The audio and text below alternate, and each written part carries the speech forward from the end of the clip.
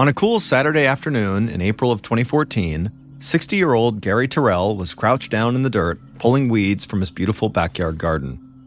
Even though it was only about 50 degrees Fahrenheit, Gary could still feel a bead of sweat dripping down his forehead. Gary also felt a slight ache in his back, and he laughed at himself because digging in the dirt apparently was not as easy as when he was younger. But even with the sweat and the muscle aches, there was still no place Gary would rather be than in his garden on a pretty spring day. Gary and his wife Jan had lived in their house in Springfield, Missouri for over 20 years, and the house itself looked a lot like the other homes in their small suburban neighborhood. It was red brick with a large first floor and a basement, but the landscaping at Gary and Jan's house made it stand out from all the other houses in the area. Landscaping had always been a passion for Gary and Jan. They had spent years working on their flower and vegetable gardens in the back, and they had filled the front yard with plants and various design accents like a concrete bench with cupids and hearts carved into it. Gary slipped off his gardening gloves, stood up, and stretched out his back. Gary was average height with graying hair and a receding hairline. Gary heard the back door open, so he turned and he saw his wife Jan walking towards him. She was carrying a glass of water, and she had a big smile on her face like she usually did. Jan was 61 years old. She had brown hair down to her shoulders, and she wore glasses. When Jan reached Gary, she handed him the glass of water and told him he should really take a break. So they sat down together on a bench, and they talked about what else they could plant to add even more color to their gardens. Then Jan took Gary's hand, and they sat there quietly, just looking out over their perfect yard. The truth was, the garden was much more than just another landscaping project to Gary and Jan. It had been like a sanctuary to them for years. Gary and Jan had met and fallen in love over 30 years earlier in the 1980s. Soon after they had gotten married, they started a family, first welcoming their daughter Jessica, and then their son Jimmy. But when Jimmy was only a toddler, Gary and Jan had gotten the worst news they could imagine. Their little boy had been diagnosed with cancer. After Jimmy's diagnosis, Gary and Jan had moved to the house in Springfield to be closer to medical facilities for their son's treatments. But unfortunately, at the age of 3, Jimmy had passed away. Gary and Jan knew they would never get over the death of their son. But the garden they started in the backyard of their home became their quiet, beautiful place where they could go and sit and remember their son. And soon, it became a place where they could retreat from stress and pain and just spend time together. It really was their sanctuary. Over the years, Gary and Jan had started to heal as best as they could from the terrible loss of their son, and they both turned their grief into a desire to help others. Gary had dedicated his life to education and working with children. He had been a history teacher, a school principal, and then he had gone on to serve as the assistant superintendent in his school's district. Jan volunteered her time sewing and crocheting for cancer patients. And even though nobody other than Gary knew, Jan also paid for milk and food items at the local school cafeterias to help cover the costs for kids who couldn't afford to buy those things on their own. And even after Gary had retired from working in the school district for decades, he wanted to remain an educator. So he had taken a position at a local college as an adjunct history instructor. So as much as Gary and Jan loved to escape from the stress and grief of life by going into their garden, they both still believed it was their job to stay engaged in their community and to help others as much as they could. In the garden, Gary finished his water and cleaned up his supplies. Then he and his wife went inside their house. Jan sat down on the living room couch and called their daughter Jessica. Jessica was in her late 20s, and she lived about 300 miles away in Oklahoma City, Oklahoma. Jan and Gary still talked to their daughter just about every single day. Jessica would call her mom every morning, and her dad would text her every night before he went to bed. But lately, Jessica and Jan had been on the phone with each other even more than usual because Jessica was planning her wedding. And that day, Jan had called Jessica to set up a time for them to go wedding dress shopping together. They decided Jessica would drive up to Missouri in a couple of weeks, stay with her parents, and she and Jan would shop for as long as they needed until she found the perfect dress. While Jan talked to Jessica on the phone, Gary made his way through the first floor of the house towards his home office. It was true that the outside landscaping Gary and Jan had done over the years really did set their house apart, but the inside of their house was also very different from other homes. In fact, the inside of their home wasn't like anything anyone in the neighborhood had ever seen. The inside of Gary and Jan's house was like a small museum or a curiosity shop filled with all kinds of rare items. Gary loved world history. That's why he continued to teach the subject even after he had technically retired. But Gary's love of history had also turned him into an avid collector. At first, Gary had begun collecting things like old books or rare furniture pieces he found at garage sales. But over the years, Gary's collecting had turned into something way bigger than just a hobby. The walls on the first floor of the house were covered with shelves, and those shelves displayed antique handguns and rifles, Native American spearheads, first edition books, jars filled with old coins from all over the world, and countless other collectibles. On his way to his office, Gary stopped for a second in front of a large wooden table that displayed his prized possession, 3 rare 19th century scrimshaw walrus tusks. Scrimshaw was the art of hand-carving detailed pictures or intricate designs into bone or ivory objects like whale and walrus tusks. Gary looked at his prized tusks and he smiled. Each one was worth about $10,000, but their monetary value was not really why Gary loved them so much. As a collector, he had to work hard to track down these kinds of very rare items. He combed through catalogs, visited antique dealers, talked to other collectors, and still went to local garage and estate sales in search of rarities. So these 3 scrimshaw tusks represented a lot of time and effort by Gary. And the artwork and craftsmanship of these 3 pieces just totally blew Gary away. Gary stepped away from the walrus tusk display, walked down a hallway, and went into his office. The shelves in his office were overflowing with books. Some were hard to find and long out of print, and others were just books about history that Gary enjoyed reading. Gary sat down at his desk, and he reached over into a jar that was filled with all these silver coins. Like the walrus tusks, most of these coins were very rare and worth a lot of money, and Gary was on a mission to catalog all of them. Cataloging items in his collection made it much easier for him to trade with other collectors because that way he knew exactly what he had, and he could give others a description of all the objects he owned. But cataloging coins was also kind of like sitting in the garden for Gary. There was something about the sound the coins made when they clinked against each other, and the time it took to determine exactly when and where each coin was from that brought Gary a real sense of peace.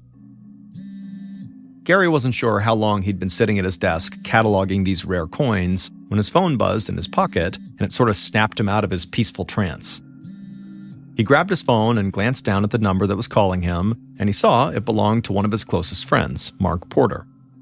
Mark had been the superintendent of the school district back when Gary was the assistant superintendent, and the 2 men had gotten along really well. It turned out that Mark shared Gary's interest in collecting coins, so the 2 men had remained close friends even after they both had retired. Gary and Mark talked for a few minutes about maybe getting together for dinner soon, and then Mark asked how Gary's work with his latest coin collection was going.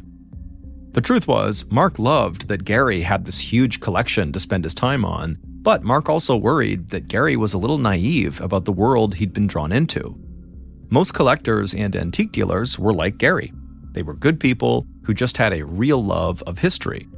But there were some people who saw collectors like Gary as very easy targets because they were in possession of items that were worth a ton of money. And there were times when Mark worried if Gary really knew enough about the different people he was reaching out to in order to make potential buys or trades with. It wasn't really clear if Gary actually understood if these business partners of his were good people with good intentions or not. On the phone, Gary told Mark that everything was going great with cataloging his coins and he'd be able to see if anyone was interested in buying them soon. And he reassured Mark that he would only work with reputable collectible coin dealers when the time came to actually sell them. Then the 2 friends agreed to meet for dinner the following week, and they said goodbye. Not long after Gary hung up on Mark, Jan walked into the office, and she told Gary that their daughter, Jessica, would be coming up from Oklahoma soon to go shopping for a wedding dress. Gary stood up, and he had a huge grin on his face. He loved when his daughter came to visit, and he knew how happy it made Jan to spend time with their daughter. Gary put his arm around Jan, and the 2 of them walked out of the office and into the living room. They sat down on the couch, and Jan leaned her head on Gary's shoulder. Gary and Jan had been together over 30 years, and they had been through some really horrible things together, but they had come out on the other side. They were happy and healthy, and just as much in love with each other as they had been on the day they first got married. A few days later, on April 30th, 2014, Gary kissed Jan by the door that led to their garage, and then Gary headed out to his car. He was going to head out to teach one of his classes at the local college. Jan watched as Gary pulled out of the garage and headed down the driveway, and then once he was gone, Jan shut the garage door and then walked back inside into the living room. She sat down on the couch and called her daughter Jessica. They talked about Jessica's wedding planning, and Jan reminded her that if she needed help with anything, all she had to do was ask. Jessica's house in Oklahoma City was only about a 5-hour drive to Jan and Gary's, and they did see each other fairly often. But Jan secretly wished that Jessica and her fiancé lived closer. And even though Jan didn't say this, she really hoped when Jessica had children of her own, she would move back to Springfield, because Jan would want to be as close to her grandkids as possible. Jan and Jessica talked for a bit longer, and then Jan told her daughter she loved her and she couldn't wait to see her. Jan hung up her phone and then walked across the first floor to the basement door. Now, while she and Gary did call the basement, in reality, it really wasn't. It had been converted into another living space years earlier, complete with a small kitchen, so it was kind of like an apartment. Jan walked down the stairs and into the basement kitchen. She spent a lot of time down there canning vegetables. Jan didn't take canning as seriously as Gary took his collecting, but it was still a hobby she loved. But before Jan could get started canning that day, she thought she heard footsteps upstairs. She knew she'd been on the phone with Jessica for a while, but she still thought it was way too early for Gary to be home from his class. Jan walked over to the basement steps and called upstairs to see if maybe Gary was there, but nobody called back. Then Jan heard heavy footsteps running across the floor right above her, and suddenly her breath was caught in her chest and she felt scared. Then the basement door at the top of the stairs swung open, and Jan looked up and saw someone running down the stairs right at her.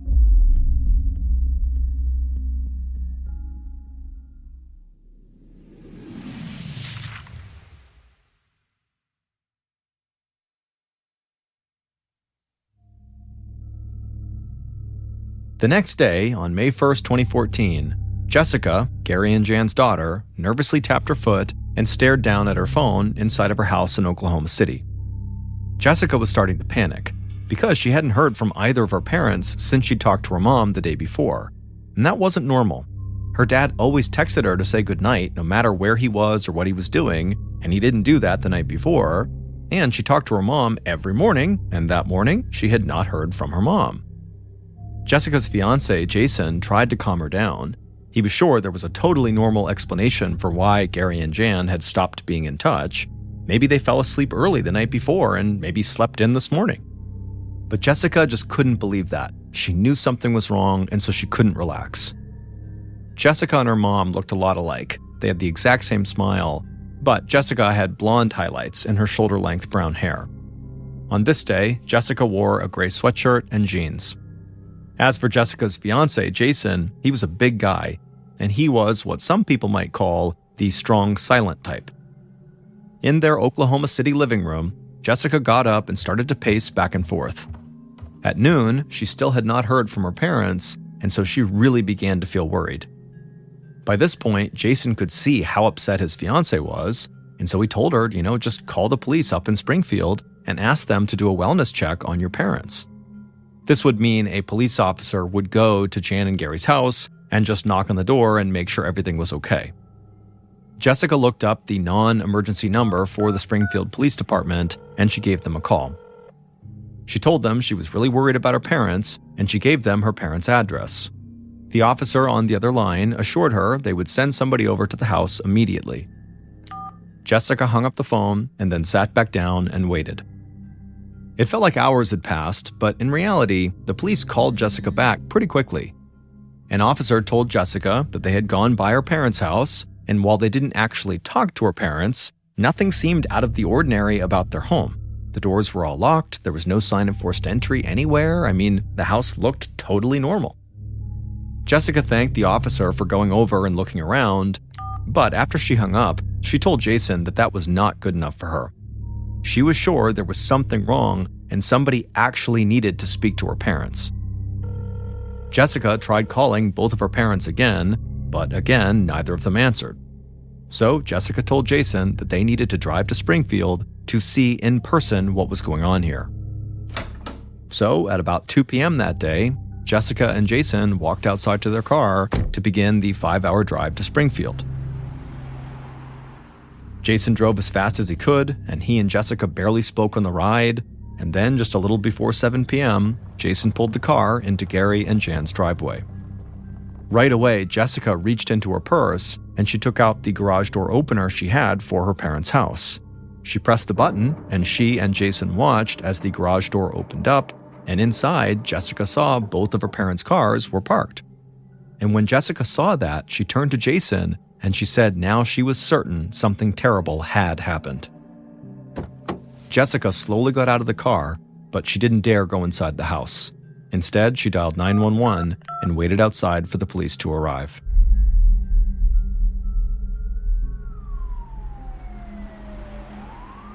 A few minutes after Jessica called 911, a police cruiser arrived in front of the house.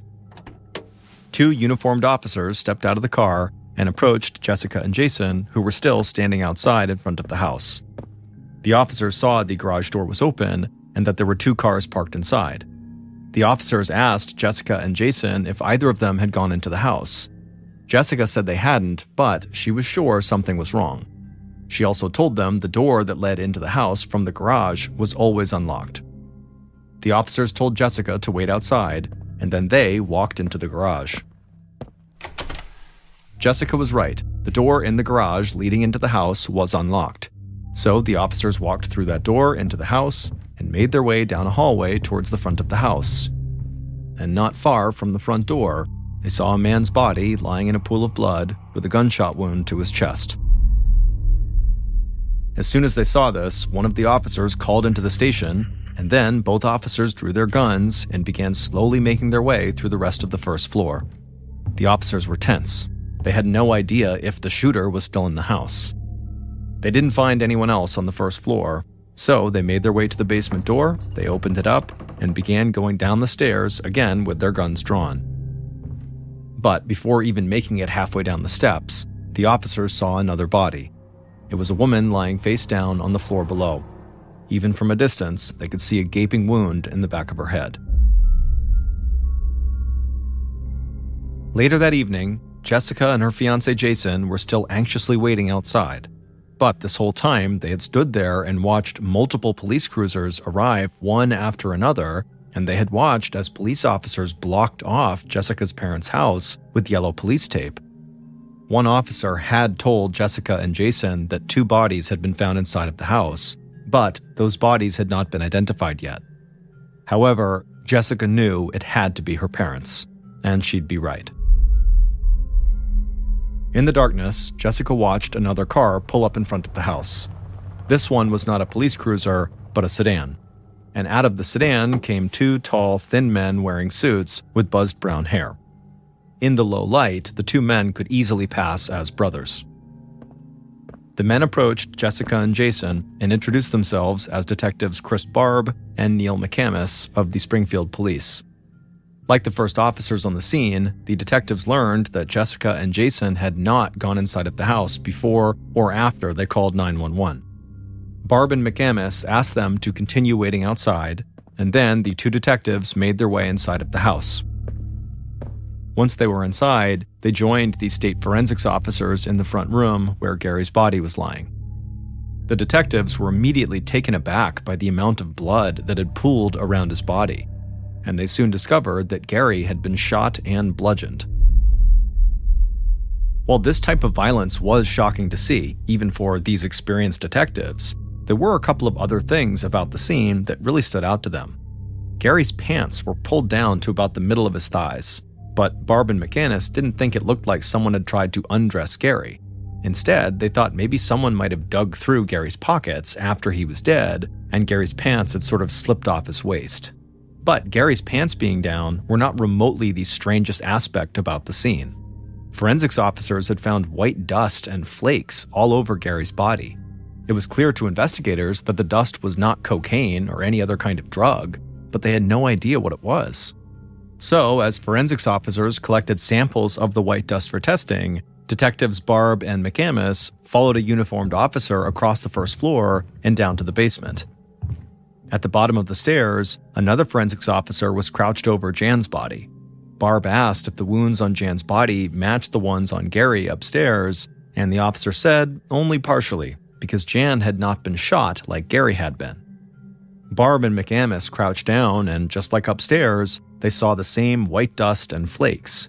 They also saw a latex glove turned inside out on the floor, not far from Jan's body.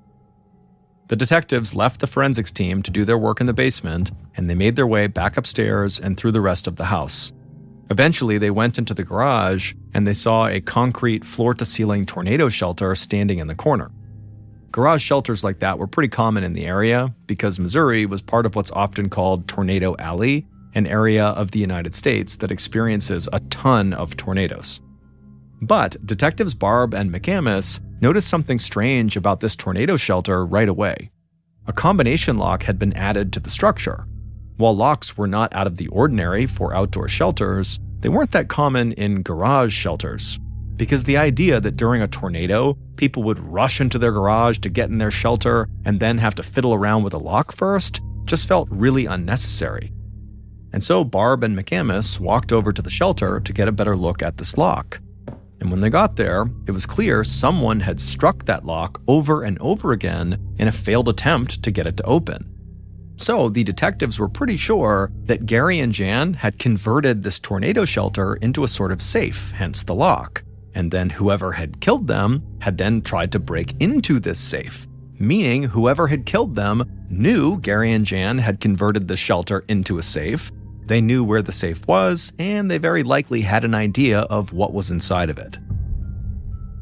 And so, for detectives Barb and McAmis, there was now one very obvious suspect: Gary and Jan's daughter, Jessica, who had apparently been so worried about her parents that she drove 5 hours to check on them, but apparently not worried enough to actually go inside the house.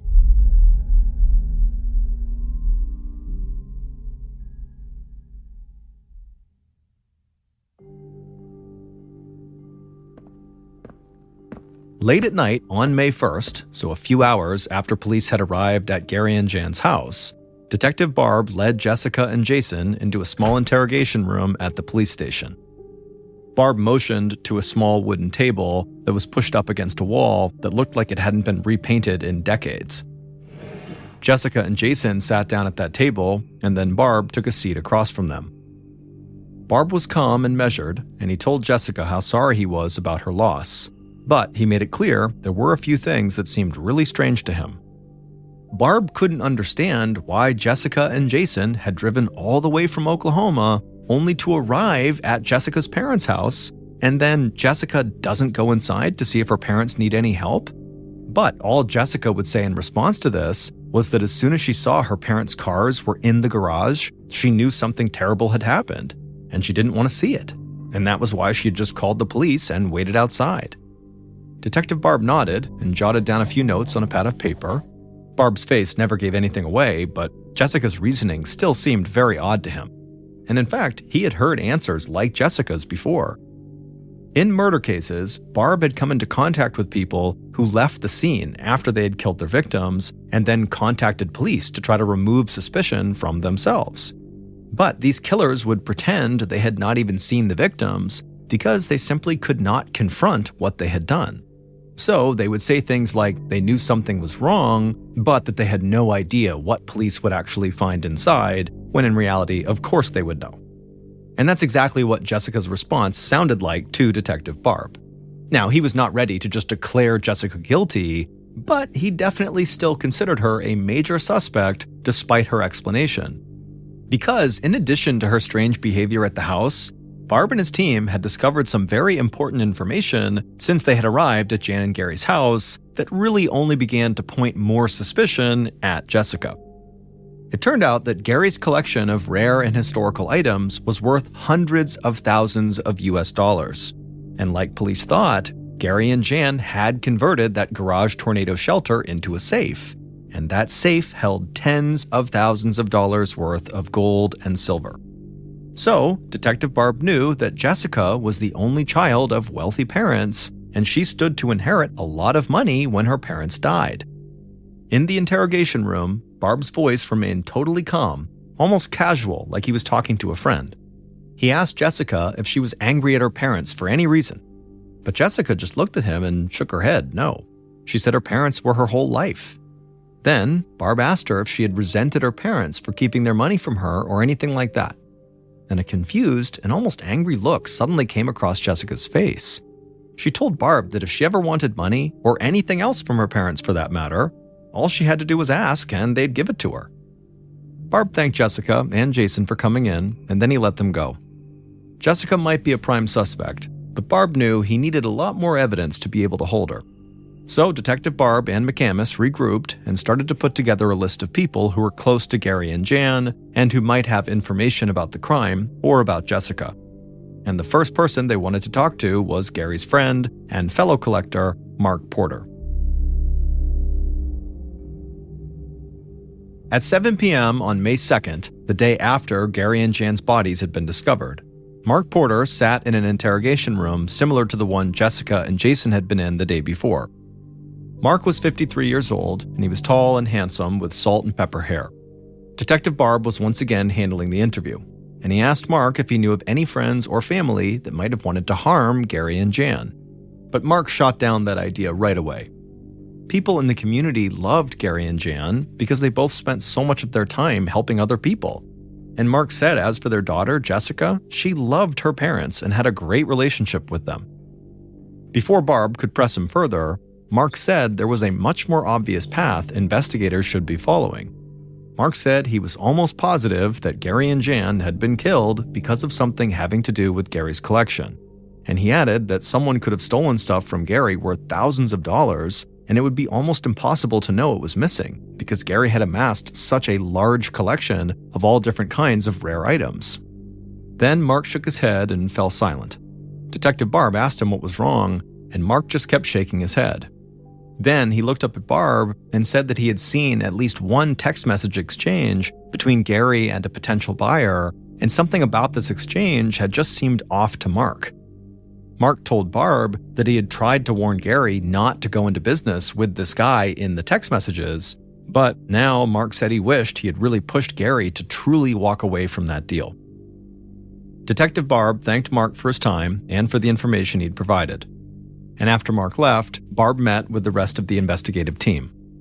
None of the investigative team were familiar with the world of collectors that Gary and Mark and others were a part of, but they all knew that when it came to things worth a lot of money, there were going to be people involved who would do anything to other people to get their hands on those items.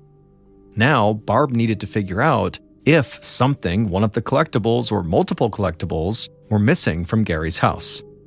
Police could go through Gary's catalogs, but there was no guarantee that everything Gary had ever collected would be listed in those catalogs, so this was going to be a really difficult chore. So Barb reached out to Gary's brother to see if maybe he could help.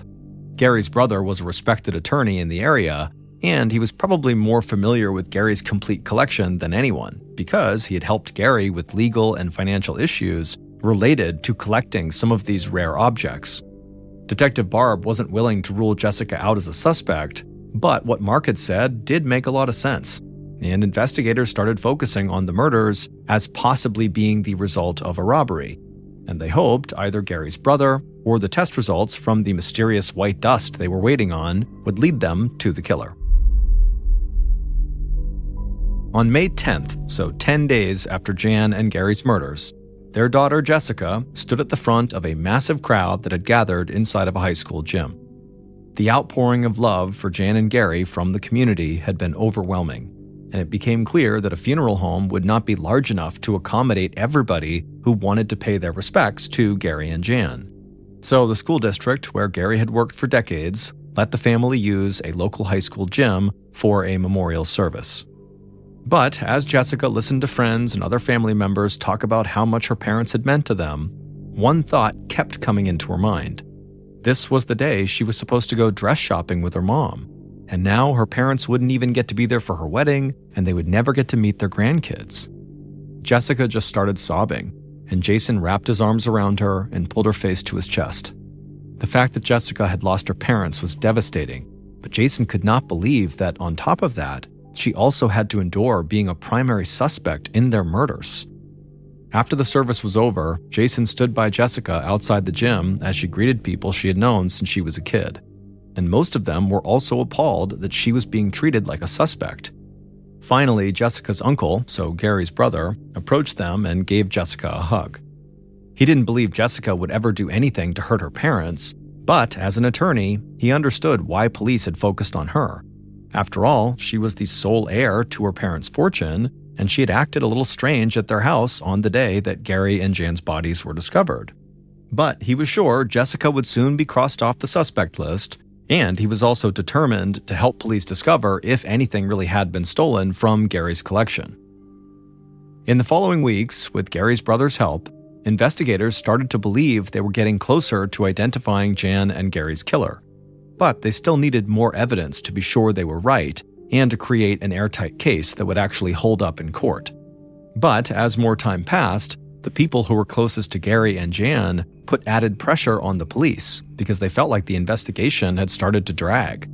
And on top of that, some of Gary and Jan's friends and neighbors had begun to get frightened because they had no idea if Gary and Jan had been the killer's only target, or if they too were also in danger. 3 months after Jan and Gary's murder, Gary's friend, Mark Porter, sat in the small lobby of a quick-service oil change garage. Mark sipped on a cup of coffee from a fast food restaurant and waited for his oil change to be finished. Then, a man walked in and sat down right next to Mark, which was odd because there were plenty of other seats available in the lobby. But Mark didn't think too much about it. He just kept drinking his coffee. Then this man started to talk to Mark. It was just small talk, and Mark responded politely. Finally, Mark heard someone behind the counter call his name. Mark put down his coffee, nodded to the stranger who had been talking to him, paid for his oil change, and then went outside to his car. But as Mark drove away, he got this weird, uneasy feeling in his stomach. Who was that guy, and why had he sat down right next to him and just started talking to him? It just felt odd. When Mark got home, he started to worry that that strange guy might be somehow connected to the murders of Gary and Jan. But as Mark continued to fret over the next few days about this mystery guy and what he meant, detectives Barb and McAmis decided they were ready to make an arrest. Because they now knew what had been stolen from Gary's collection, and they knew what that mysterious white dust was that was found at the scene. So they were sure about who had killed Gary and Jan and how they had done it.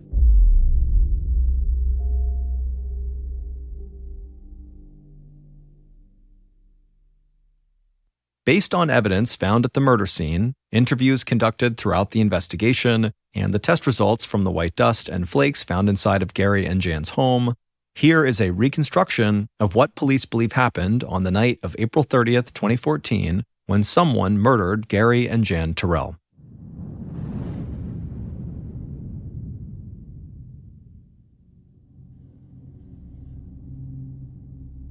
It was still light outside, so the killer casually walked up to Jan and Gary's front door as if they were just there for a visit. They had a large gym bag with them slung over their shoulder. From the porch, the killer glanced over their shoulder to make sure none of the neighbors were outside. Satisfied, the killer reached into their pants pocket and pulled out a pair of latex gloves. The killer slipped on the gloves and then reached into their other pocket and pulled out a key. They used that key to open the door, and they stepped inside. The house was quiet.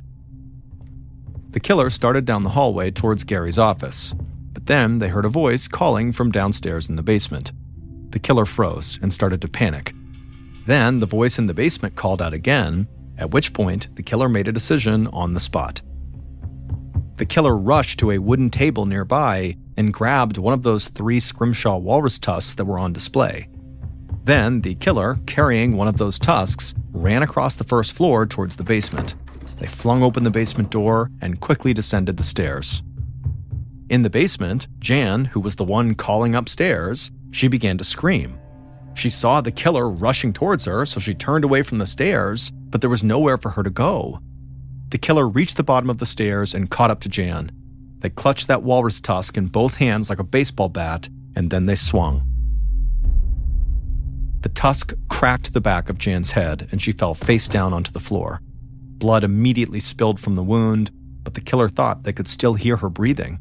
So the killer stood over Jan's body, raised up the walrus tusk again, and slammed it back down into the back of Jan's head multiple times.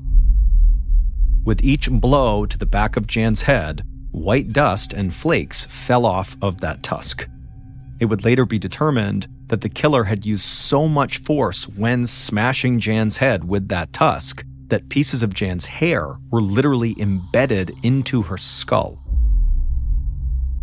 Finally, the killer stopped smashing Jan's head with the tusk. They stood there for a second and then went back to the basement stairs and headed back up to the first floor. Everything had happened so quickly that the killer didn't realize one of their latex gloves had slipped off their hand and fallen near Jan's body. Upstairs, the killer made their way past the front door, down the hall, and into Gary's office, still clutching the bloody tusk in one of their hands. Once in the office, they grabbed something off the desk, opened up their bag, and dropped it inside. But before the killer could take anything else, they heard the front door open. Again, the killer froze up and began to panic. Then they made another split decision. They opened up one of the desk drawers, pulled out a handgun that was inside, and then ran out of the office down the hall. When the killer got to the front door, Gary, who was the one who had opened the door, he was standing there and he was calling out for his wife. The killer shouted at Gary, and Gary turned to see them, at which point the killer raised the gun and fired. The bullet struck Gary in the chest. Blood spattered across Gary's clothes and he fell to the floor. The killer had no idea if Gary was alive or dead, but they weren't going to take any chances, so they stood over him, raised up the walrus tusk, and smashed Gary with it. Again, white flakes and dust from the tusk fell to the floor. Eventually, the killer stopped bludgeoning Gary and just stood there in the front room, breathing heavily and feeling totally crazed. Gary and Jan were now dead. The killer tried to collect themselves and calm down their breathing. Then they slipped the tusk and the gun into their bag. They got down on the floor and reached into Gary's pockets, searching for money or other valuables. Gary's pants slid down his legs as the killer did this, but the killer did not find anything of note in Gary's pockets. So the killer walked back through the house and went into the garage. There, they grabbed a hammer from Gary's tool rack and then walked over to that tornado shelter that they knew had gold and silver inside, and the killer began smashing at the lock with the hammer. But when it became clear that they could not break this lock, the killer just put the hammer back and went back inside the house. They walked past Gary's body, opened the front door, and stepped outside. It had gotten darker outside, but there was still light, so the killer tried to act as casually as they could as they locked the front door behind them, then got into their car and drove out of the neighborhood. Later that night, the killer sat down on the couch in their home, reached into the bag they had brought to Gary and Jan's house, and took out the item they had stolen from Gary's desk. It was a jar that was filled with old coins. The killer wished they could add these coins to their own collection, but instead, the killer would sell these coins as fast as they could. Mark Porter, Gary's friend and former co-worker, had been the one who murdered Gary and Jan. It would turn out Mark was in massive debt due to gambling losses and other poor financial decisions. And weeks before the murder, he had asked his friend Gary to borrow a staggering $250,000. Gary had been totally stunned by this request. He thought Mark was doing really well financially, and he had no idea why Mark would assume that he, Gary, had enough money to just casually give away $250,000, and so Gary had said no. Mark had said he understood and that he wouldn't press Gary anymore about the loan, but in reality, Mark had actually decided that he would go into Gary and Jan's house when Gary was off teaching a class so he could raid Gary's collection himself for some of his more high-end items and then sell them on the collector's market. Being a coin collector himself, Mark knew the worth of Gary's very rare coin collection, and he also knew the worth of a lot of the other items Gary had. So, on April 30th, Mark made his way into Gary and Jan's house to do this robbery. Investigators don't know if he stole the key he used to get inside, or if maybe Gary and Jan had given him the key since he was a friend, but either way, that was how he got in with that key. And so Mark had entered the house with the intention of just robbing Gary, but then Gary's wife, Jan, shouted from the basement, and suddenly Mark's plan fell apart. Mark grabbed the walrus tusk and rushed downstairs and beat Jan to death. But when Mark heard Gary come home, he wasn't sure if the tusk would be enough. He knew Gary kept a handgun in his desk drawer, so he grabbed it and shot Gary, and then followed it up with smashing him with the tusk as well. While investigators had initially considered Jessica their primary suspect, they were eventually able to place her at a restaurant in Oklahoma City at the time of her parents' murder. And it turned out that her reasons for not actually going into her parents' house when she drove all that way to see if they were okay were totally legitimate. When Jessica saw her parents' cars parked there, when she couldn't get in touch with them and nobody knew what was going on with them, she really did just have this gut instinct that something horrible had happened to them, and she just could not bear to see it for herself. And so that was why she had not gone in. So when Jessica was off their suspect list, investigators started digging into the possibility that someone from the collecting world had killed Gary and Jan like Mark had suggested. But then Gary's brother realized that a huge stash of rare coins was missing from Gary's office. And not long after that, police received a call from a local shop that bought, sold, and traded rare coins. And they had a video of a man who had recently sold a large coin collection for over $18,000, and the man on that video was Mark Porter. At this point, detectives Barb and McAmis thought they were close to catching their killer, but there was still a chance that Mark had simply sold some of his own coins, so they needed more proof that what he sold was actually Gary's. They asked Mark to submit a DNA sample to see if maybe they could tie it to DNA found at the scene, but Mark refused. So the police sent in an undercover cop to get the DNA sample.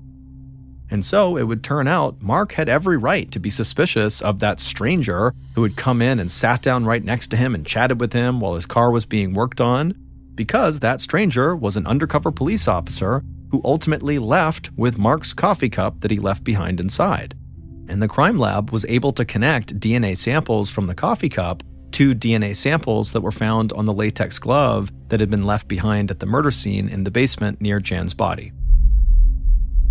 Finally, detectives Barb and McAmis learned that the white dust and flakes found near the bodies had come from a walrus tusk similar to the two they had seen on display at Gary's house, so they knew what weapon Mark had used to attack and kill Jan, and then also to bludgeon Gary with after he had shot him. Mark pleaded guilty to second-degree murder and received 2 consecutive life sentences.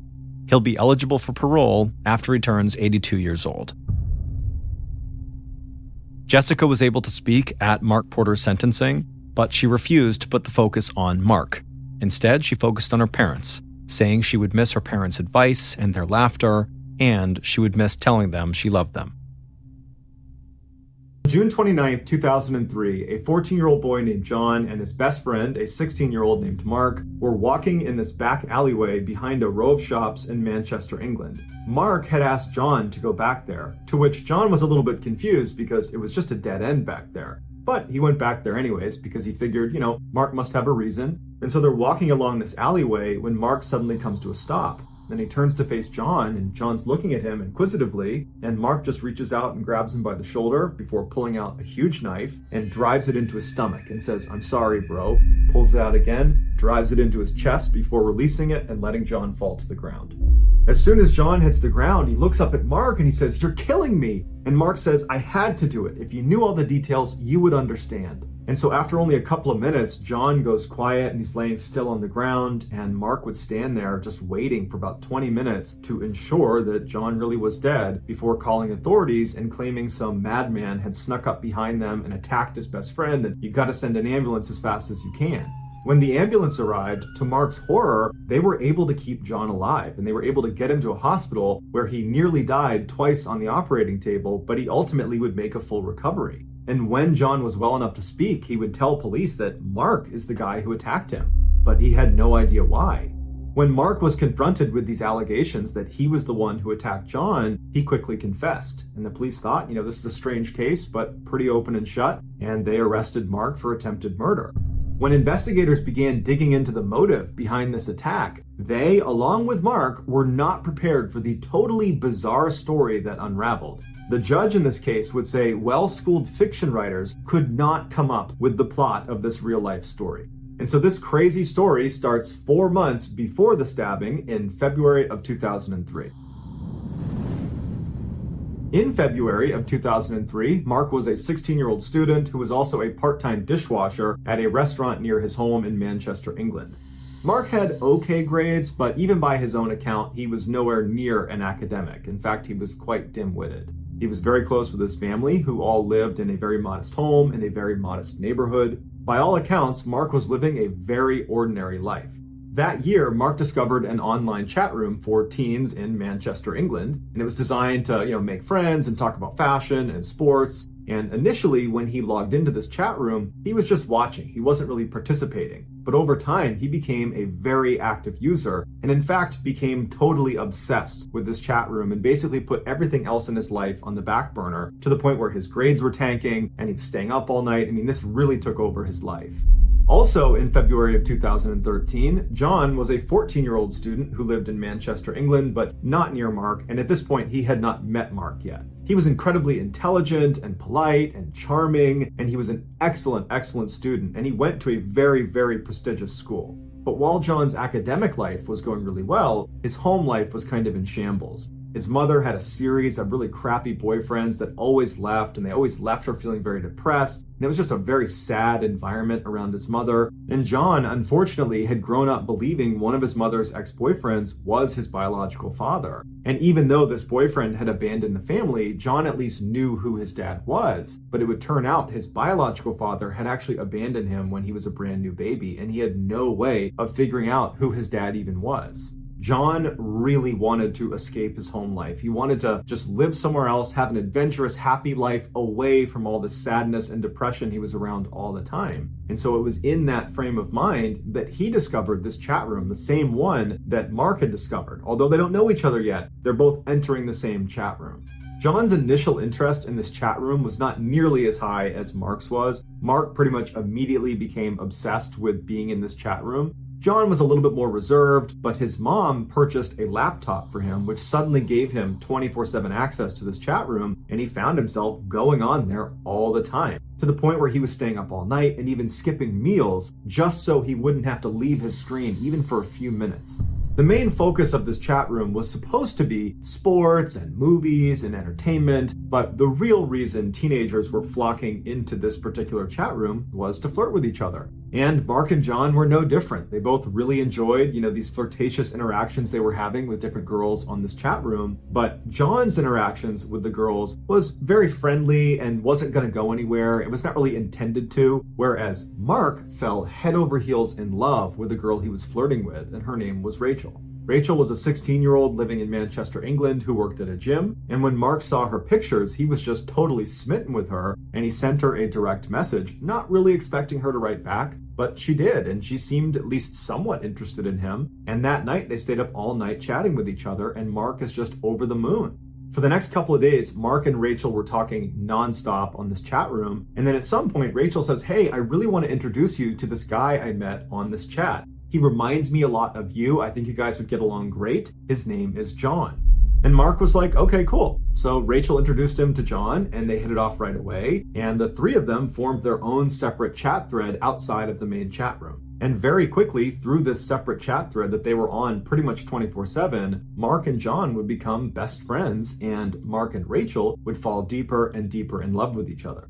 Every time John and Mark were in this chat room, they would use a web camera, but Rachel didn't have one. And initially that really frustrated Mark because he wanted to see his girlfriend in real time, but she said she didn't have the money to get one, and then she said she was shy, and so Mark's getting frustrated, but she says, "Mark, come visit me. You don't live that far away. You can see me in real life in real time." And so initially Mark's excited, and he's talking to John about how excited he is to go see his girlfriend, but then he gets cold feet and he makes an excuse and he doesn't go.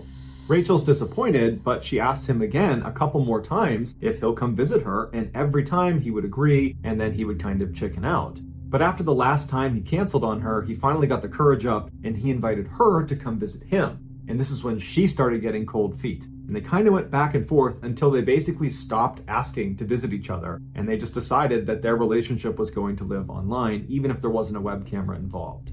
About 3 months after Rachel, Mark, and John had started their own separate chat thread, a new user popped up inside the main chat room. It was a fairly controlled group, so it was pretty easy to tell when there were new people added, and this individual only wrote in pink text. So he stood out, his name was Kevin, and he told the group that he was a stalker and that he had a foot fetish. And the group thought this guy was pretty weird, but they figured it was just, some kid trying to get attention. They didn't think much of him. But shortly after Kevin's arrival, Mark would get a private message from Kevin that said, "I know you're Rachel's boyfriend and I'm her stalker and I'm gonna hurt her." Mark didn't know what to do, so he just went to Rachel and he said, "Hey, I got this strange email from this guy named Kevin who says he's gonna hurt you and he's your stalker." And Rachel kind of made light of it and said, "Oh, just ignore that guy. I don't know what that's about." And John didn't know what to make about it either, so Mark just kind of ignored it. And then the next day when Mark logged into the chat room, Rachel wasn't there. Now, Rachel always logged in at the same time that Mark did and that John did. It was very rare that she wouldn't be there. And so Mark asked John, have you talked to Rachel today? And John said no. And then Mark went into the main chat room and he asked some people in there if they had seen Rachel or talked to her, and they said no. And that's when Mark went into his email and he had another message from Kevin. This message, again, was about Rachel, but this time Kevin is saying he actually has Rachel hostage. And the only way he's going to release her is if Mark lets Kevin look at his feet, because again, he has that foot fetish. And so Mark, interestingly, does not go to the police. He doesn't tell anyone about this. He just says, "Okay, I'll do that." And so he lets him see his feet, and then Kevin writes back saying, "Okay, I've released Rachel." Later that day, Rachel came back online and she thanked Mark for what he did, but she felt really bad that he had to be kind of humiliated in that way. And she said, "You know what? We really need to meet up. We need to see each other face to face. I want to apologize to you and give you a hug." And so they decide the next day they're going to meet up finally in town together. But the next day when Mark went to the rendezvous point, Rachel didn't show. In fact, after this missed meeting, Rachel never contacted Mark again. She just vanished. When Mark got back to his computer, he asked John, "Have you talked to Rachel?" And he said no. And again, he went into the main chat room and he asked around and no one had heard from Rachel. And then a couple of days later, after just continued silence from Rachel, and Mark's really upset about this, he notices a rumor being passed around in the main chat room about how apparently one of the members of this chat room abducted and killed another member of the chat room. And Mark's thinking to himself, no way, that can't be about Rachel. But almost immediately after this rumor was kind of announced on the main chat, people started chiming in that they think it could be Kevin, the guy who writes in all pink, the guy who claims he's a stalker, and this girl Rachel, because they had both logged out around the same time and had not logged back in again. They were the only ones in this chat room that were that inactive. And then after that, dozens more users were commenting that this was actually true, that Kevin had indeed abducted Rachel and killed her. They'd heard about it in other chat rooms and at school, and all of a sudden, Mark's reality is just coming crashing down. And he feels so guilty that he probably could have done something to stop this, and he didn't. But then interestingly, even though Mark was devastated, just crushed by what has happened, he just continued to log into the chat room and acted like nothing had happened. And John picked up on this strange behavior and began kind of delicately asking him, are you doing okay? But Mark made it clear he did not want to talk about it. And over time, the rumor about what happened to Rachel and Kevin just kind of left the chat room, and it just seemed like people moved on, including Mark and including John. Over the next month, John and Mark's relationship really strengthened. They continued to speak in that private chat, now missing Rachel, so they were only interacting with each other in there, and they even began meeting up in person and hanging out in real life. About a month after Rachel's disappearance, a new person popped up in the main chat. It was a woman. Her name was Janet, and she wrote in all capitals, and she reached out to Mark. And she said to Mark that she was a mother of two, she was married, she was 44 years old, she was a real estate agent, but secretly, she was a spy for the British Secret Service. And in fact, she was the third most powerful person in all of Britain, and she was contacting Mark because she was sent to recruit him.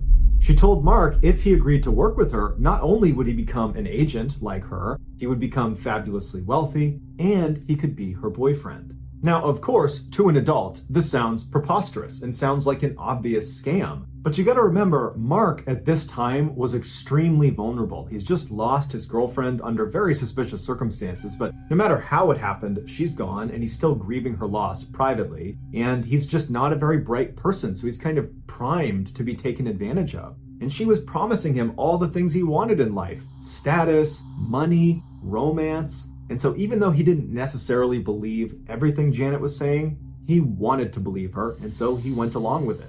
He did not tell John about his interactions with Janet, perhaps signaling that he didn't fully believe it and was maybe embarrassed to give away details, but we don't know.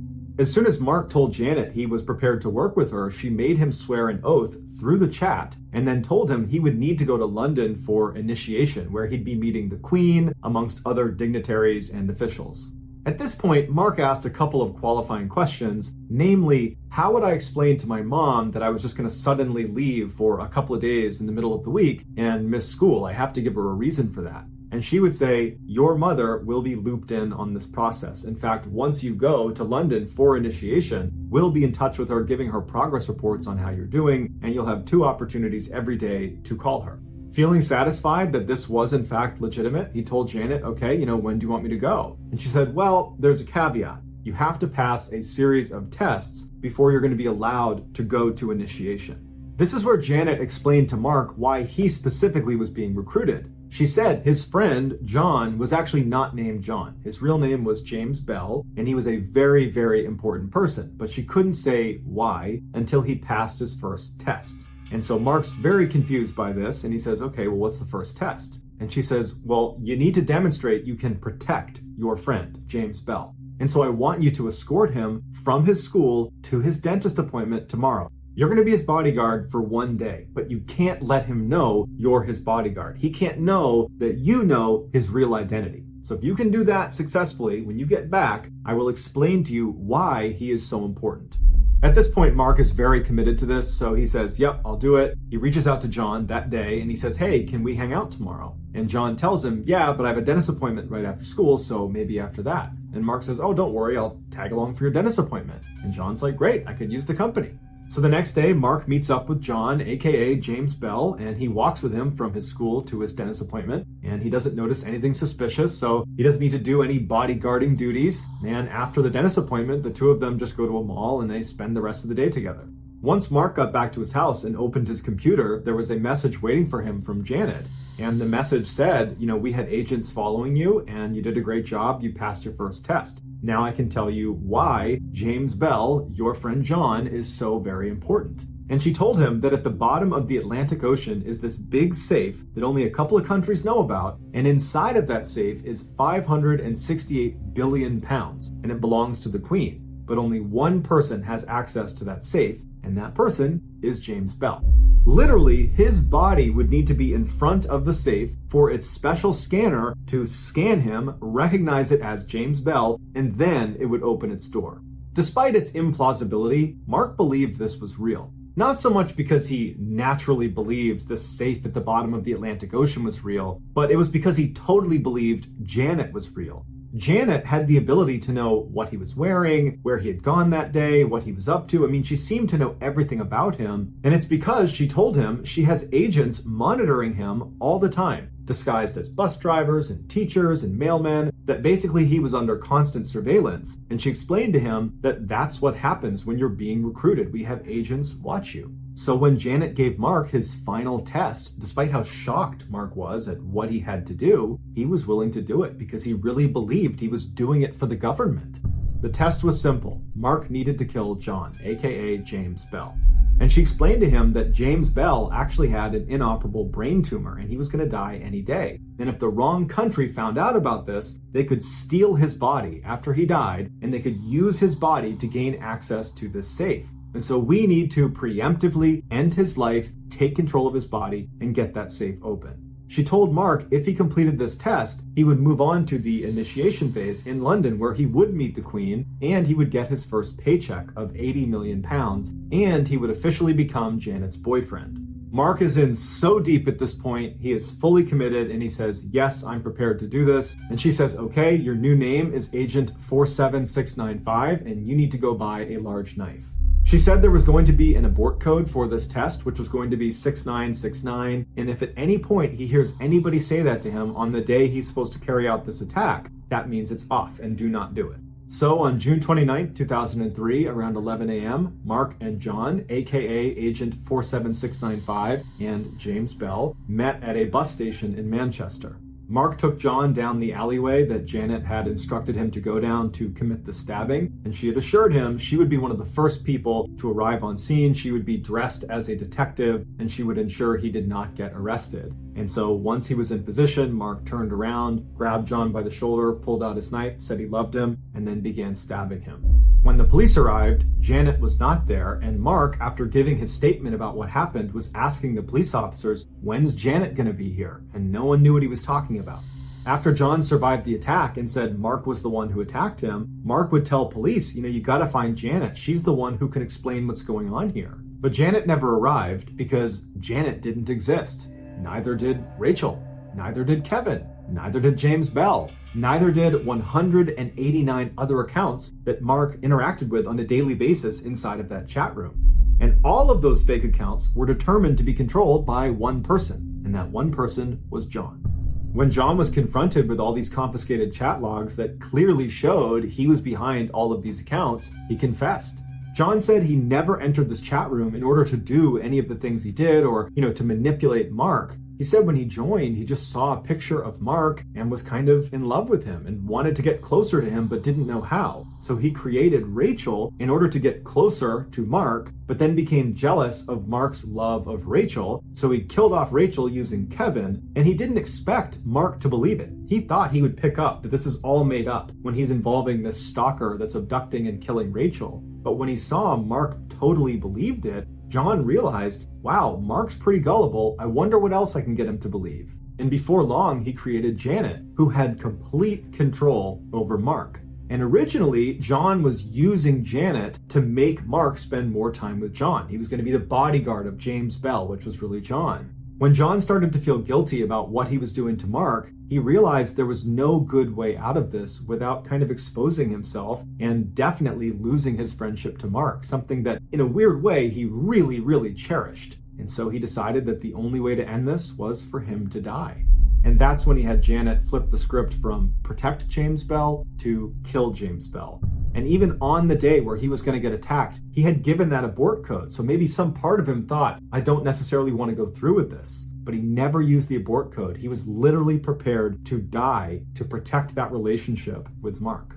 Mark might have had suspicions that something was up with Janet or even Kevin or Rachel, but he never suspected John was behind any of these accounts. He learned about this betrayal when they were in court, and John is confessing once again to being behind all of these people that Mark had been interacting with. Apparently in court, when Mark is hearing this for the first time, he was just standing there, mouth open, just completely dumbfounded that he's hearing this. And then he would say afterwards, I've been such a fool. Mark was convicted of attempted murder, but he only spent 8 months in jail, and then he was given a 2-month probationary period where during that time, he could only go on the internet with supervision and he wasn't allowed to enter into any chat rooms.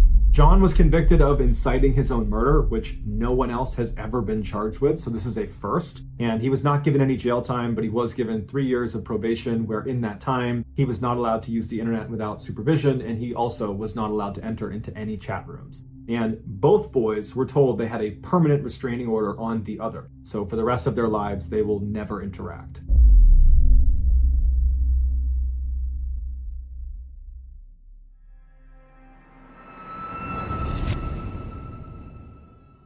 Today's podcast is sponsored by the online therapy platform BetterHelp. Stress can rear its ugly head in all types of ways. Maybe work has you anxious about deadlines, or maybe you're worried that the college fund you've been investing in for years is actually not going to be enough for your kids. And maybe you don't even know you're stressed. In fact, many people don't always recognize the physical symptoms of stress, things like headaches, teeth grinding, and even digestive problems. But nowadays, no one has the time to go to the doctor's office and fill out all that paperwork and then wait around for the doctor to finally come out to help you deal with your stress. But that doesn't mean you need to let your mental health suffer. Now, you can get the professional help you need from the comfort of your own home, and that's with BetterHelp. BetterHelp is customized online therapy that offers video, phone, and even live chat sessions with your therapist, so you don't have to see anyone on camera if you don't want to. It's much more affordable than in-person therapy, and financial aid is available to those who need it. BetterHelp is committed to facilitating great therapeutic matches, making it super easy and free to change therapists if needed. In today's world that's telling you to do more, sleep less, and grind all the time, here's your reminder to take care of yourself, do less, and maybe try some therapy. So give it a try and see if online therapy can help lower your stress. Mr. Ballen listeners can get 10% off their first month at betterhelp.com/MrBallenPod. That's BETTERHELP.com/MrBallenPod.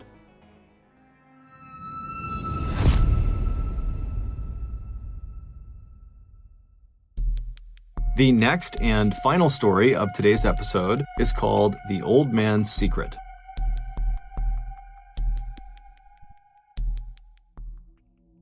On August 28, 1984, an 18-year-old girl named Elizabeth went missing. On the first day she was gone, her friends and family went out looking for her, but they couldn't find her. The following day, when she still hadn't shown up and no one had heard from her, her parents went to the local police station in their Austrian town of Amstetten, which is about an hour west of Vienna, and they reported her missing. The police launched an initial search of the town and the surrounding areas, but after several weeks, they had found nothing that connected to Elizabeth and where she might have gone. A month after she had been reported missing, her parents came back to the police station, except this time they were carrying a note they say they received in the mail from their missing daughter. It was postmarked from a town that was about 2 hours west of Amstetten, and in this note, Elizabeth writes directly to her parents, and she tells them that she had grown tired of living with them, and she did not want them to come looking for her, and if she discovered they were looking for her, she would just flee the country. After the police read the note, they asked the parents if they thought it was real, if this was a legitimate letter from their daughter, and they said, yeah, they think it is. And then after that, her father, Joseph, suggested that maybe his daughter had run off to join a cult. That was something he thought she was getting into before her disappearance. After the parents left the police station, the police began conducting interviews with other family members and friends of Elizabeth to see if it was possible that she might have run off to join a cult. And virtually everyone they spoke to said absolutely not. There is no way she ran off to join a cult. That just wasn't her. She was a quiet, reserved person, and they had never heard her talking about a cult or anything that even resembled a cult. These answers left the police feeling very suspicious of the whole situation, and so they decided to look into the young woman's history to see if there was some other reason she might have run off. In their research, they discovered that Elizabeth was one of 7 siblings that all lived together with their parents, Joseph and Rose Marie. Joseph was a successful electrical engineer and real estate developer who was well liked and respected in town, and Rose Marie had gotten married very young at the age of 17, and she had stayed home to take care of the kids. By all accounts, from the outside looking in, they were a very ordinary family. But as the police began to dig deeper and deeper into their history, they discovered there were some big problems behind closed doors.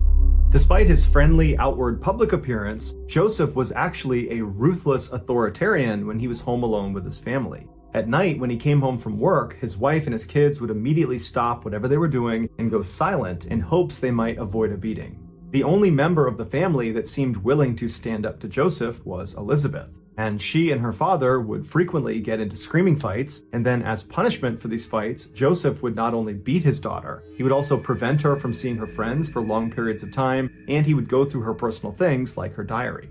Their toxic relationship finally came to a head when Elizabeth finally ran away from home 2 years prior to her most recent disappearance. She made it all the way to Vienna before authorities caught up to her and brought her back home. Upon learning about this earlier disappearance, the police became convinced that the most recent disappearance was yet another attempt to escape her abusive and controlling father. And so the police decided that this was more of a family affair, and they didn't push the investigation further. A year went by, and neither the police nor her family heard anything from Elizabeth, and so her case was closed. But 24 years later, a seemingly unconnected event broke her case wide open.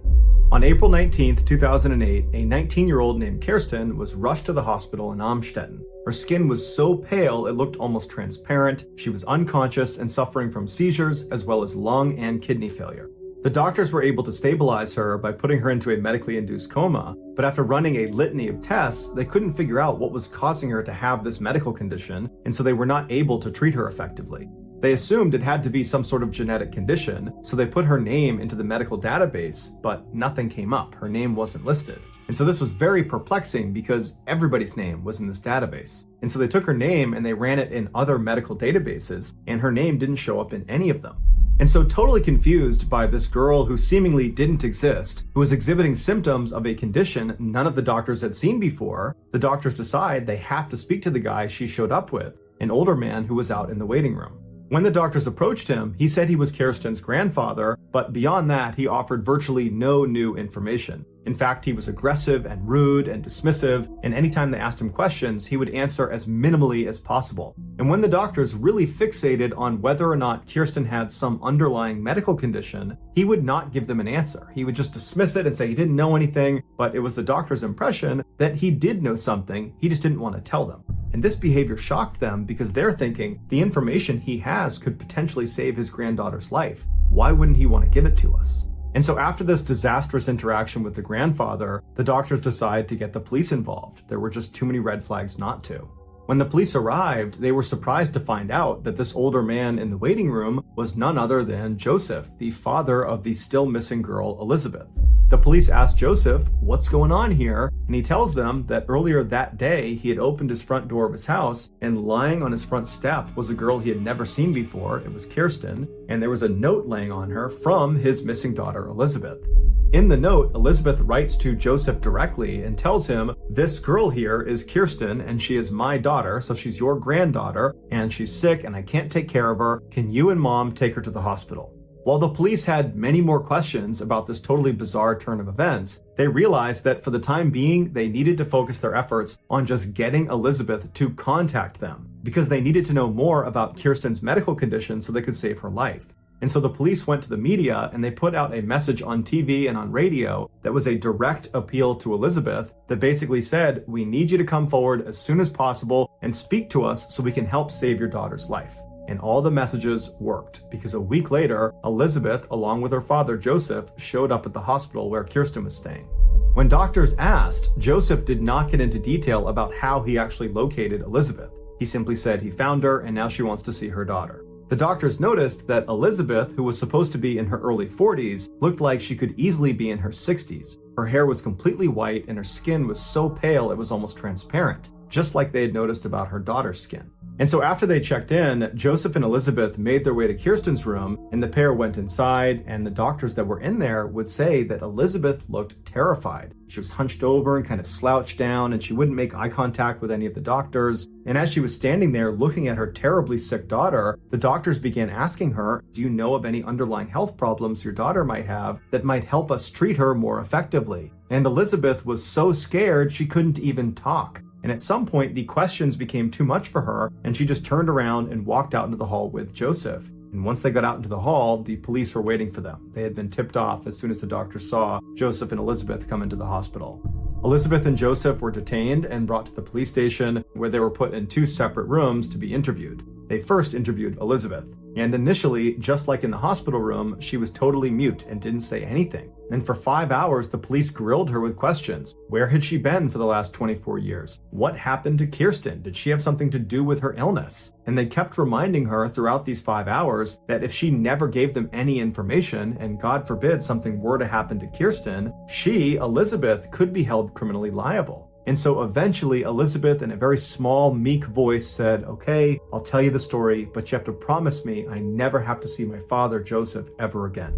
When she said this to the police, they could tell she was so scared that they said, "Okay, fine. You never have to see your father again. We'll make sure of it. Now tell us what happened." After that, Elizabeth clutched her hands, she took a deep breath, and then she told them one of the most horrifying stories they had ever heard. A story so disturbing that it would make headlines all around the world for months. It all began 24 years earlier on August 28, 1984, the day Elizabeth went missing. On that day, she told police she was at her family home in Amstetten when her father asked her to come into the basement to help him with something. Her father, for the last several years, had been constructing a bomb shelter in their basement, and he was now only one door installation away from being done. At the time, in the early 1980s, the Cold War was still very much on, and so building bomb shelters inside of your home was a relatively common thing. So Elizabeth goes down into her basement and she sees her father standing in front of this empty frame where this door is going to go that leads into the shelter. And so she walks over and steps through the frame into the shelter. She turns around and her father hands her this door and she holds it in the middle of the frame while he secures it to the hinges. And then once it's securely in place, suddenly he swings open the door, knocking Elizabeth backwards farther into the shelter. And before she could stand back up again, her father had run inside and pushed an ether-soaked towel onto her face, knocking her unconscious. When she came to again, she found herself chained up in the very back room of the shelter. It would turn out this bomb shelter that Joseph had spent 6 years constructing was not actually a bomb shelter. It was a prison he was building specifically for Elizabeth. To get into this shelter, you would have to go down the steps into the basement, which looked like a typical unfinished basement. And then on the far wall, you would see these shelves that had things like paint cans and screwdrivers and other tools you would expect to find in a basement. But if you walked over to the left side of the shelving, there was a lock on the back of it that if you undid it, the shelf itself would swing out like a door, and then behind it on the wall would reveal a 3-foot tall secret door. This secret door was also locked, but not by a key lock. Instead, it was locked by a keypad lock that only Joseph had the code to. And since Joseph was an electrical engineer, he took great care in ensuring this lock never could be tampered with or destroyed. That thing was going to stay locked unless he unlocked it. When Joseph entered his code into the keypad, he could open that secret door and it would reveal this secret underground prison that was basically a winding maze of small rooms with ceilings that were too short to be able to stand up all the way in. If you walked through this secret door and actually entered into this prison, you would start by entering this soundproof narrow hallway that went on for several feet before it entered into this very small bathroom area where the bathroom was unbelievably cramped and there was no doors, there was no privacy. And then if you didn't stop in the bathroom and you just kept walking straight through that first hallway, you would reach another hallway that was totally soundproof and narrow. And at the end of that hallway, it would feed into a very small bedroom that was so small that it barely contained the one bed that was inside of it. And then off to the right side of that bedroom was another door that led into a similarly sized bedroom. All of the walls of this underground prison were made of thick reinforced concrete. That, combined with the soundproofing that Joseph had installed throughout the entire prison, meant no one could hear Elizabeth's cries for help. Also, the inside of the prison was heavily monitored by Joseph's security system. So truly, Elizabeth had absolutely no privacy. She was completely trapped, and the only way she was getting out was if her father freed her. For the first 5 years of her imprisonment, she remained in that dungeon all alone. Her only connection to the outside world was her father, who would come down almost every night to drop off basic supplies and to assault her. As far as Joseph's wife and his other kids knew, he was just spending all this time in the basement because that's where he worked when he was not at the office.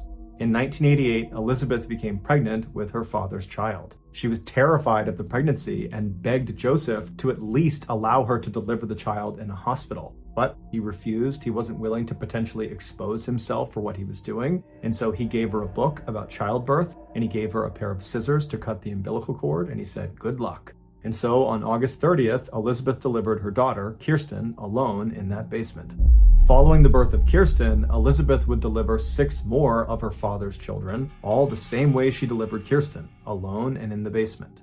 In 1996, one of Elizabeth's newborn babies, Michael, was born with respiratory issues, and so Elizabeth pleaded with Joseph to take the baby to the hospital to get help, but Joseph refused. He was worried he would be exposed. And so 3 days after his birth, the baby died in Elizabeth's arms. And after the baby died, Joseph just took the body, threw it in a stove, and incinerated it like it was nothing.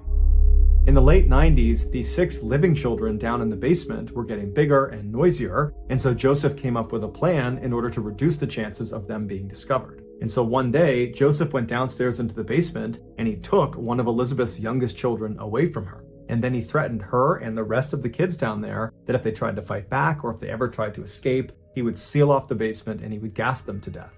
Previously, Joseph had punished the entire family by turning off their power and cutting off their food and water supply for multiple days at a time, so they knew he was willing and able to hurt them if he wanted to. And so when he took this young child away from Elizabeth, they didn't put up a fight and the baby disappeared upstairs.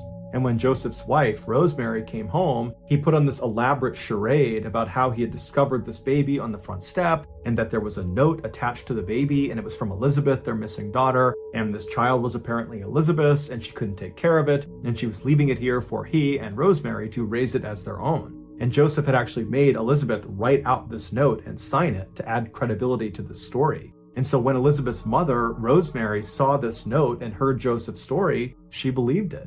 Over the next several years, Joseph would steal 2 more of Elizabeth's young children and then stage having found them on his front step with a note from Elizabeth. And with each discovered child, Rosemary amazingly never asked any questions. She just took these kids in and she and Joseph raised them as their own. Eventually, when these 3 kids got old enough, Joseph would tell them that their real mother, Elizabeth, was a lowlife and she had abandoned them and she didn't care about them, when in reality, their mother and their other 3 siblings they didn't know existed were locked up in the basement below their feet. Initially, investigators believed all of these children Joseph had with Elizabeth were all mistakes, but it would turn out that was not the case. Joseph would admit that the reason he initially imprisoned Elizabeth was because he wanted to completely control her. He wanted to own her. And so he decided that if he could just impregnate her as many times as possible and make her have all these kids, even if she eventually got out of the prison, no man would want her. She had too many kids, and so she would remain his property. And so over the entire time Elizabeth was imprisoned, over 2 decades, the nightly assaults by her father never slowed down. They happened thousands of times. But despite the horrific and tragic circumstances surrounding each of her children's births, she loved her children unconditionally and would spend all of her time doing her best to educate them and care for them. The 3 children that remained with her that were not taken by Joseph, she taught them how to read and how to write. And when Joseph had given them a TV and a radio to keep down there, she would use those 2 items to try to teach her kids about the outside world, and she would promise them that someday they would get to experience it for real. Finally, in 2008, so 24 years after Elizabeth had originally been captured by her father, her oldest daughter, Kirsten, becomes extremely sick, and Elizabeth convinces Joseph to bring her to the hospital. And 1 week later, Joseph's heinous crimes were revealed to the world. Once police found out about the secret prison, they rushed to the house and they went downstairs and they used the codes and instructions that Joseph had given them, and they went inside and they freed the last 2 remaining children that were still there. When they brought them to the hospital, the youngest of these 2 kids, who was 5 years old, he didn't speak the entire time. He just pressed his face up against the glass of the car window and he stared out in utter amazement because to that point in his life, he had never actually seen the world. After those 2 kids were brought to the hospital, they were reunited with the other 3 siblings that had been taken away from them years ago to live upstairs with Joseph and Rosemary. And apparently the reunion was very emotional and the kids were extremely happy to see each other. And then a couple days later, Kirsten would come out of her coma and she too would have a chance to be reunited with all of her siblings. Kirsten would ultimately make a full recovery. It would turn out she was suffering from a severe vitamin D deficiency. And vitamin D you primarily get from the sun, and in her 19 years of life, she had never been in the sun. As soon as the story broke about this family being trapped inside of this basement, everybody had the same question. How could Elizabeth's mother, Rosemary, not know what was going on in her basement? But the police had the same suspicions about Rosemary, and they investigated her and they ruled her out. And they said she's not at fault here, she's a victim too. She had been so badly abused by Joseph that she lived in fear of him. And so when he forbade her from ever going anywhere near the basement, she listened. And if she ever heard any strange sounds coming out of the basement, or if she ever suspected any strange behavior by Joseph, she kept those thoughts to herself because she was scared. It's also worth noting that in those 24 years that Elizabeth and her kids were trapped in the basement, Joseph had over 100 people rent out a room inside of his house that was right over the basement. And in those 24 years, not one of those tenants ever said Joseph was acting strangely or complained about strange noises coming from the basement. However, one tenant who was there for a 4-year stretch had a dog with him the whole time, and every night the dog at some point would suddenly stand up, its ears would prick up, and it would start growling like it heard or it saw something. And at first, this tenant would try to see what the dog had seen or heard, but after never seeing anything, he would always just dismiss the dog when it did this at night. Later on, when that tenant figured out what was actually happening inside the house while he was there, he realized his dog was most likely hearing the faint sounds of the family that was imprisoned right below him. After a year of therapy and rehabilitation, Elizabeth and her 6 kids were given new identities by the Austrian government, and they were sent off to a secret location to start their lives over. As such, there's virtually no information about how they're doing today. However, anonymous sources have come forward and said the family has successfully reintegrated into society, and they are all leading relatively normal and happy lives. As for Joseph, he was quickly given a life sentence, and today he is one of the most hated people in his prison due to the nature of his crimes. He is so hated that in 2016, when he was out in general population, he was attacked by other inmates and had several of his teeth knocked out. And so now prison officials are worried if they leave him in general population, he'll be killed, and so he spends virtually all of his time in solitary confinement. He will be eligible for parole in 2024 when he is 89 years old.